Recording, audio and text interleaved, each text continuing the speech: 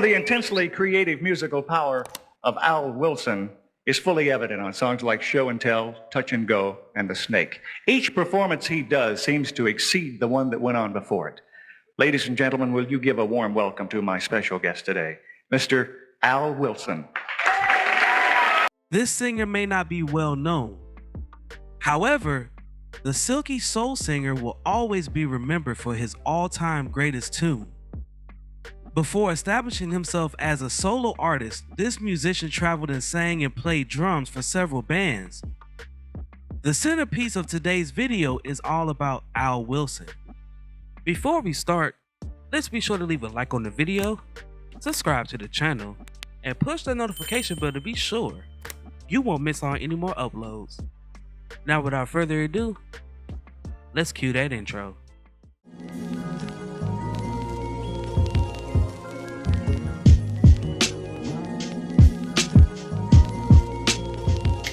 Born Allen Lamar Wilson on June 19, 1939 in Meridian, Mississippi. He exhibited little interest in schoolwork while attending Kate Griffin Elementary. However, he did participate in school musicals, sang in talent shows, and won first place in a local painting competition. He began his career at the age of 12, leading his own spiritual quartet, singing in church choirs, and playing versions of country and western songs. Wilson and his family moved to San Bernardino, California when he was in high school. There he worked 3 jobs as a postal carrier, janitor, and office clerk, and also taught himself to play the drums. Following college, he spent 4 years traveling with Johnny Harris and the Statesmen before joining the United States Navy and singing an enlisted men's chorus. He also worked on his stand-up comedy act in case he didn't succeed as a singer, and performed at a few local bars. Wilson relocated to Los Angeles after a 2-year military term, traveling the local nightclub circuit before joining the R&B vocal group The Jewels. From there, he moved on to the Rollers and then to the instrumental duo The Souls. Wilson joined with manager Mark Gordon in 1966, and Gordon soon arranged for an a cappella test with Johnny Rivers. Wilson was signed to the Soul City label, and Rivers produced the sessions that resulted in the 1968 R&B hit single, In the Snake, which peaked at number 27 on the pop charts and gained popularity on the Northern Soul circuit in the United Kingdom. It also gave Wilson his only UK singles chart success, reaching number 41 in 1975. Work one morning down the path alongside the lake. In the modest hit, Do What You Gotta Do was released the same year.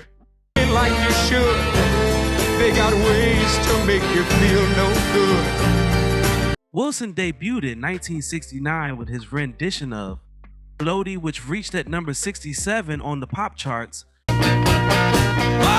Lord, I'm stuck in a low dive. As well as Rivers' original, Poor Side of Town, which peaked at number 75.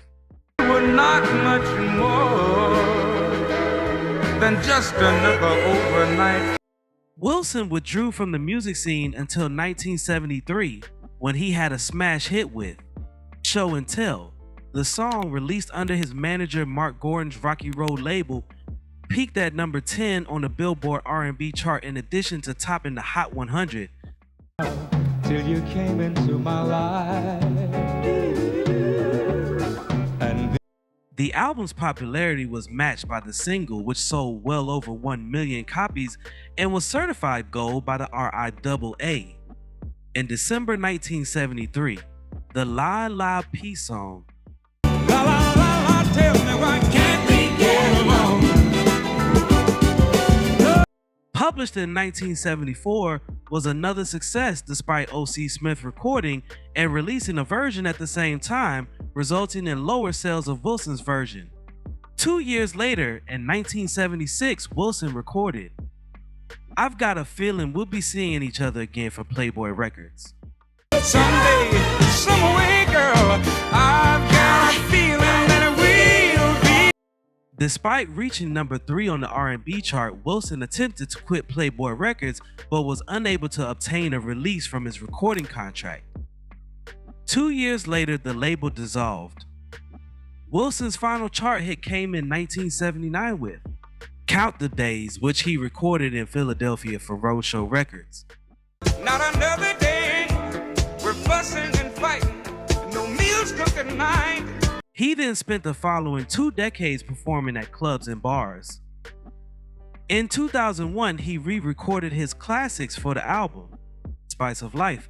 In March 2007, a fire raced through his house garage, which he had turned into a recording studio, and destroyed many of his original master tapes. For some time, certain Northern Soul collectors and aficionados have speculated that the song Help Me, created and produced by Johnny Northern and Ralph Bailey, is not by the same Al Wilson who recorded The Snake. Some claim that this is an entirely separate performer that shares the same name. The song was released by WAN Records in 1966. According to the Soul Express website, the singer on this single is J.R. Bailey. The song did make the UK chart, reaching number 52 in September 1974. Wilson had to learn the song quickly to play it at the Cleethorpes Northern Soul Weekender, where he was booked. He did tell the audience that he wasn't the same Al Wilson who recorded this Northern Soul classic. Wilson passed away from renal failure on April 21, 2008, at the age of 68. He left behind a wife, 4 children, and 13 grandkids. Al Wilson's style combines earthiness and refinement. His diverse repertoire of pop and jazz, rock and blues, gospel, and funk demonstrated his flexibility. Wilson ascribes his style to no single influence. He sees himself as a performer rather than a singer or drummer. Now, before we go, I have a question for you all. What is your favorite song by Al Wilson?